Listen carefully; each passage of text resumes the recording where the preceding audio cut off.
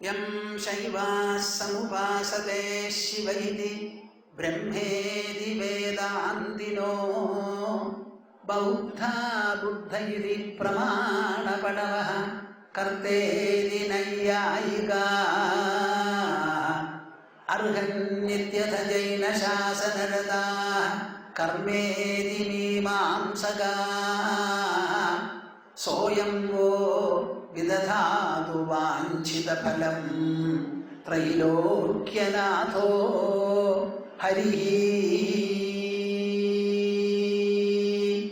Soyamvo Vidadhatu Vanchita Phalam Trailokyanatho Harihi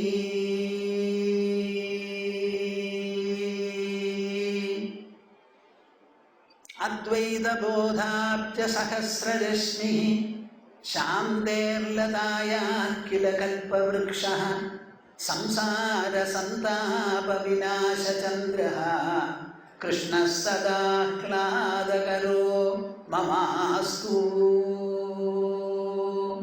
Krishna Sada Kladakaro Mamastu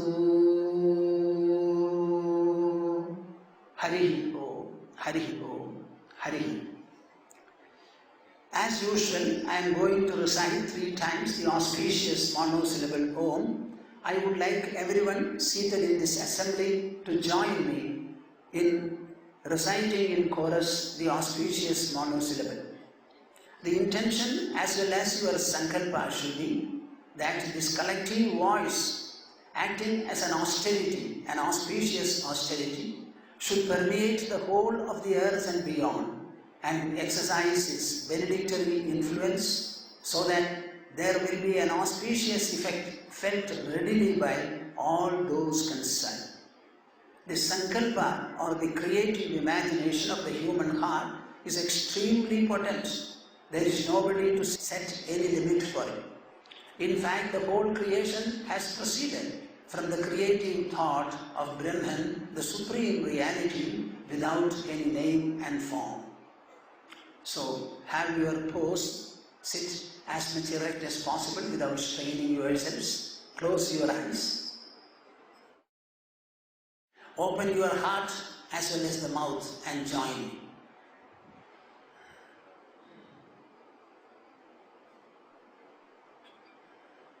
Oh.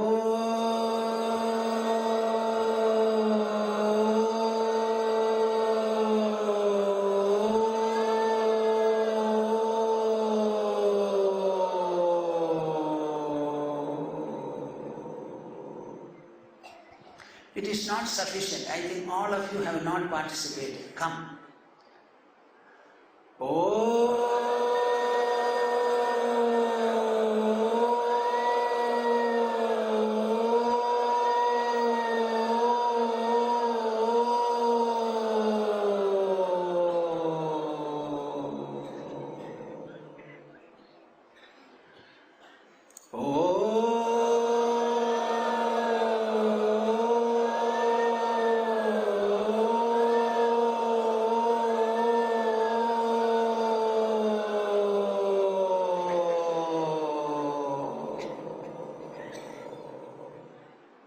Hari Om Das Jai Guru.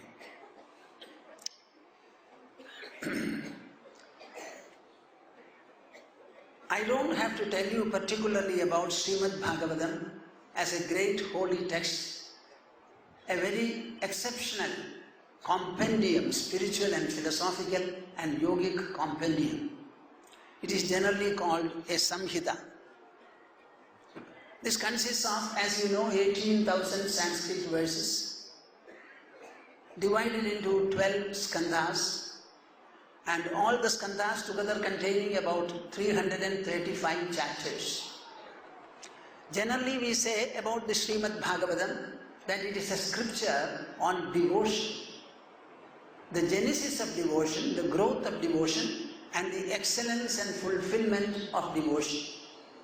But is it only that is an important question I would like to pose before all of you. It is not that. If it only deals with bhakti, then throughout the text we need write only 2 letters, bhakti, bhakti, bhakti, devotion, devotion, devotion. It is not so. It is an unusual and a splendid narration of truths, principles, values, ideals, a number of other items allied with these, everything bearing upon the human mind and the human intelligence. Understand, Parikshit was seated, and right in his front was the young ascetic boy wearing no apparel or dress on his body. He goes on reciting, narrating whatever he narrated. And it continued for 7 days, you should understand. It contains a lot of information, knowledge. It gives you a splendid exposure to your own personality, the human personality, to the entire visible but infinitely splendid world. We have not known so far anything like an end or a boundary of this world. But it explains how all this is occurring or transpiring. So the entire discussion is around the human mind, around the human intelligence, covering the entire orbit of creation. So you can imagine what all subjects should have been covered in this wonderful text, how much of detail it has gone into, and what kind of a magnitude, measure and profundity it embodies at every point. This is something to be repeatedly thought about. I have always felt greatly sorry for the intellectual community of our country because they miserably miss the wonderful contribution and enrichment this great holy text and similar ones can bestow upon human personality. If our administrators, the intelligentsia, so to say, of the country, are rightly exposed to the treasure, that the knowledge treasure that our scriptures and scriptural compositions have, I think the whole country would become different. I think we would have been far different from and superior to Vaikuntha and Kailasa. Unfortunately, for strange reasons, our intellectual community denies itself the benefit of the enrichment which Sreemad Bhagavatam and such other compositions can surely contribute and bestow upon them. Just see the first verse itself of Sreemad Bhagavatam. A number of discourses have been made from this platform ever since we began the Sreemad Bhagavata Tattva Samiksha Satram in this holy land of Naimisharanya. But I wonder whether anybody exposed the first verse. If at all anybody has exposed, I don't know. If it has been exposed, has it been exposed amply well? Srimad Bhagavatam on the one hand says, I am extremely sweet and delicious day after day and word after word. The same Srimad Bhagavatam describes itself as Vidyavatam Bhagavate Pariksha. For the erudite, the scholarly and the intelligent, the rational people, Srimad Bhagavatam poses a constant question paper, an examination for even the best of intellectuals in this world. Why it is so? It's very, very difficult to explain the first verse of Srimad Bhagavatam. If you start writing a commentary on it, I'm almost sure that it will run into dozens and scores of pages. Janmadhyasya yatonvayaditaratah chartheshvabhijnaswarat tene brahmahrida yaadhikavaye muhyanti yatsuraya tejo varimrdam yatha vinimayo yatratra sargo mrisha dhamna svena sada nirasta kuhakam satyam param dhimahi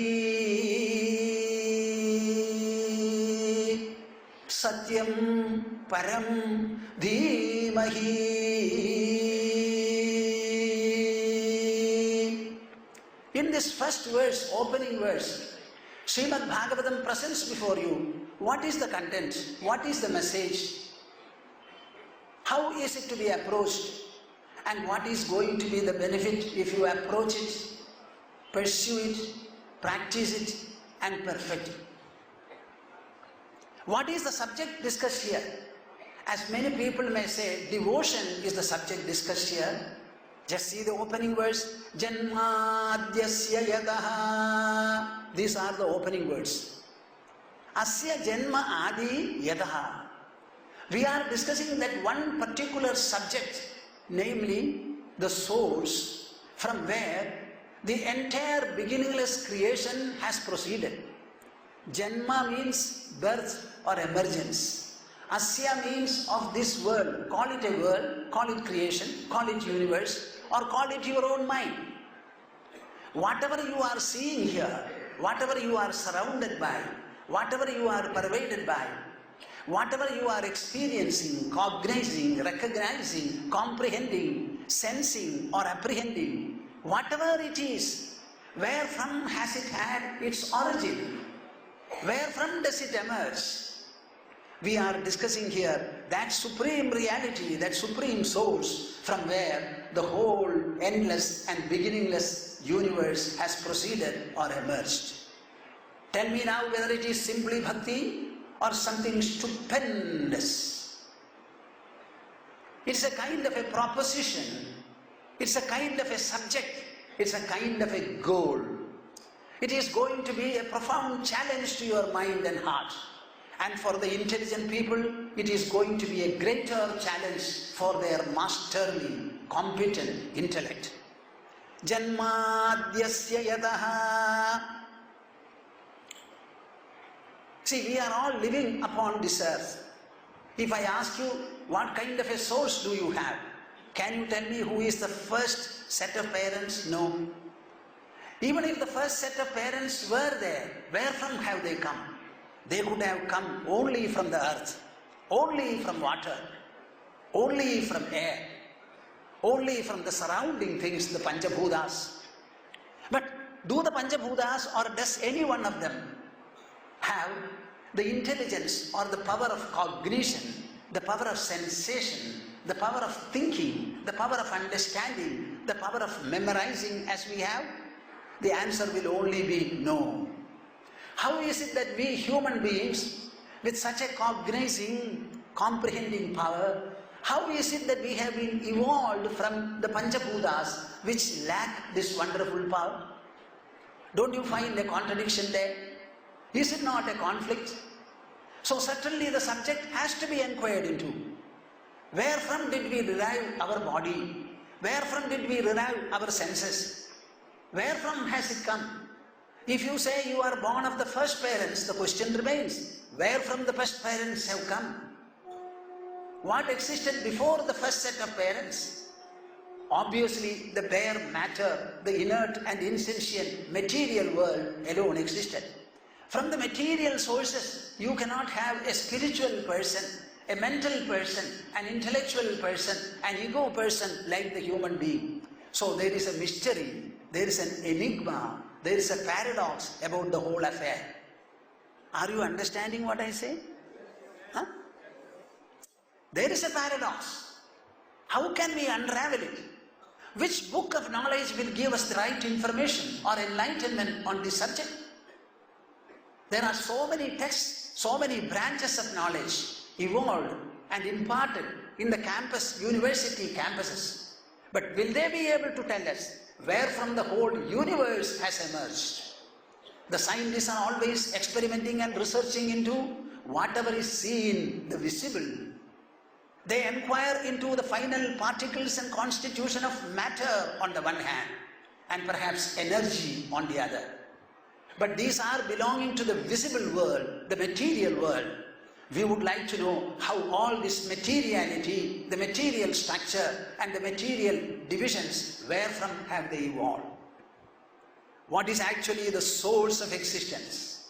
What is the source of existence? What is the source of materiality? What is the source of knowledge? What is the source of experience? This is the inquiry. Don't think that it is a small inquiry. It is an inquiry to pursue which you will have to dedicate very dedicatedly perhaps the whole of your life. Now Sreemad Bhagavatam is speaking about it.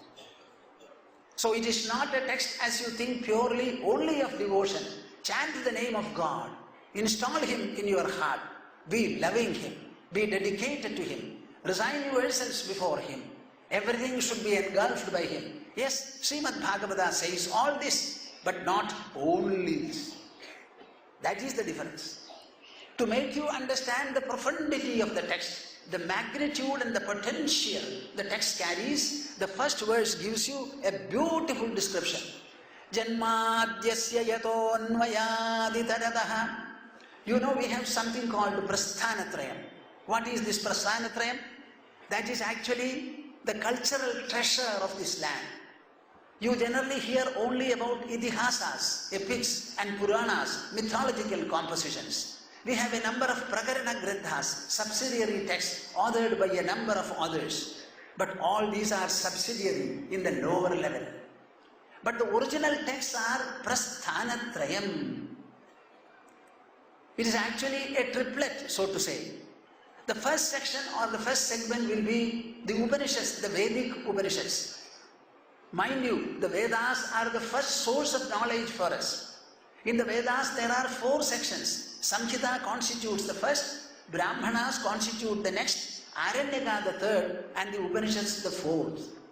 Only in the Upanishads you find an ample enquiry or different types of enquiry presented before you and pursued systematically and consistently, and finally you are able to arrive at the supreme reality right in your own heart without an iota of doubt or skepticism about it. So the Upanishads are the first constituent of Prasthanatrayam. The word Prasthana itself means a knowledge voyage. The spiritual wisdom is actually a voyage. Just like you take a pilgrimage and you have a goal, a destination, here also we want to know the supreme reality, the supreme source. And in order to arrive at it, interact with it, experience it directly, first hand, we make the knowledge. Such a journey can obviously be inside the body. It cannot be outside the body. It's a journey that I perform within myself, within the perimeter of my body, employing the 2 instruments called the mind and the intelligence. When you take such a prasthana, whatever happens, that is described in the Prasthanatrayam. So the first constituent is the Upanishad. The second constituent is Bhagavad Gita, taken from the Smriti. The first is called Shruti, the second is called Smriti. Bhagavad Gita itself comes in the Shanti Parva of Mahabharatam. Mahabharatam itself contains 1.25 lakhs of Sanskrit verses, and Bhagavad Gita is one section of it incorporated in the Shanti Parva towards the end of the treatise. This Bhagavad Gita itself is the first commentary or elucidation of the scattered thoughts of the Upanishads. That is the second constituent. What is the third constituent of Prasthanatrayam? It is called Brahma Sutras. They are all aphoristic statements in the form of aphorisms, short and cryptic statements where profound truths are contained and disseminated. Altogether, 500 and odd sutras are there. In the Upanishads, the thoughts, the enquiries, the findings, the assessments, the declarations and the professions, all of them are lying in a scattered and a distributed manner. In the Brahma Sutras you find Badarayana has collected all of them and he has strung them together in a very sequential manner. That is why it is called Brahma Sutra. In the Brahma Sutra, the first 4 sutras are the most pronounced. Athato Brahma Jijnasa. Athato Brahma Jijnasa. Will you recite this for me? Athato. What happened? Athato Brahma Jijnasa. Now therefore is the enquiry into Brahman, the supreme reality. What is meant by now and what is meant by therefore, and what is the meaning of enquiry, and then what is the meaning of Brahman. In this way the commentator will go on explaining every word, perhaps taking page after page. What is this Brahman, the supreme reality? What is to be done in its context? You have to inquire about it, discover and realize it. And in discovering what is to be done, who is competent, what are the qualifications, is it by virtue of age, is it by virtue of birth in a special family, or is it by virtue of some qualifications or prerequisites which your mind and intelligence and heart have. This is threadbare discussed there. Athato Brahma Jidyasa. By inquiring into the supreme reality called Brahman, in what way will human life be benefited? Is it a promotion or a demotion? Is it an enrichment or is it an enervation? Is it an elevation or is it a contraction? All these points are discussed. The second sutra is Janmadyasya Yataha. That is why I told you this. The second sutra is Brahman is that from where the entire visible creation has sprung or emerged. Will you not like to know your parents? Will you not like to know their parents? Will you not like to know the first parents? Will you not like to know the source of the first parents? If you like yourself, you have been a son, you are a son or you are a daughter. Where from have I been born? I have been born from my parents. From where are they born? From their parents. Ultimately, or going back, the first parents, where from were they born?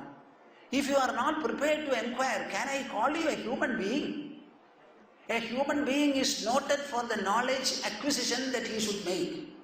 A cow eats, a bird also eats. They don't know about anything like their food. They have never analyzed it. In the case of man, we want to analyze and try to know everything about our life. We have got intelligence. The only requirement and quest of this intelligence is knowledge, knowledge, knowledge, the quest for knowledge. As our stomach feels hungry and hunger needs to be appeased, the mind wants peace and contentment and it has to be given. In the same manner, the intelligence has to be constantly fed and nourished by knowledge, knowledge, knowledge. Unless you make efforts to improve your knowledge, enhance your knowledge, to refine and reform your knowledge, to elevate your knowledge, your humanhood is not justified at all. We are not born here to eat, drink, sleep and multiply. We are born here to know what we are, what is this world, who is God, and what is my goal of life. Unless this inquiry is taken up, human life is not worth itself at all. Let us be very clear about it. Athato Brahma Jidyasa Janmadyasya Yataha.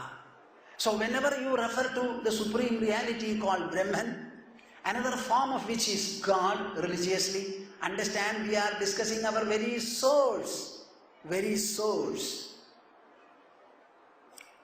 Draupadi's sari was pulled by Dushasana, an instance I refer to now and then. Dushasana has already started pulling the dress. She had only a single dress on her body. Yudhishthira had specially told her, come to the assembly wearing only a single dress.